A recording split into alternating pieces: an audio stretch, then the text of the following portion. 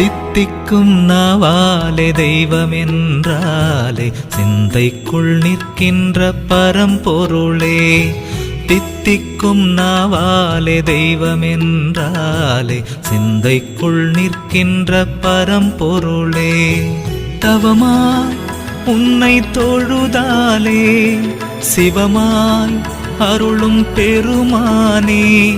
தவமாய் உன்னை தொழுதாலே சிவமாய் அருளும் பெருமானே. சென்றிடும் வந்திடும் பிறப்பிதுவே என்றைக்கும் துணையது சிவகதியே. என்றைக்கும் துணையது சிவகதியே. தித்திக்கும் நாவாலே தெய்வம் என்றாலே சிந்தைக்குள் நிற்கின்ற பரம்பொருளே. தித்திக்கும்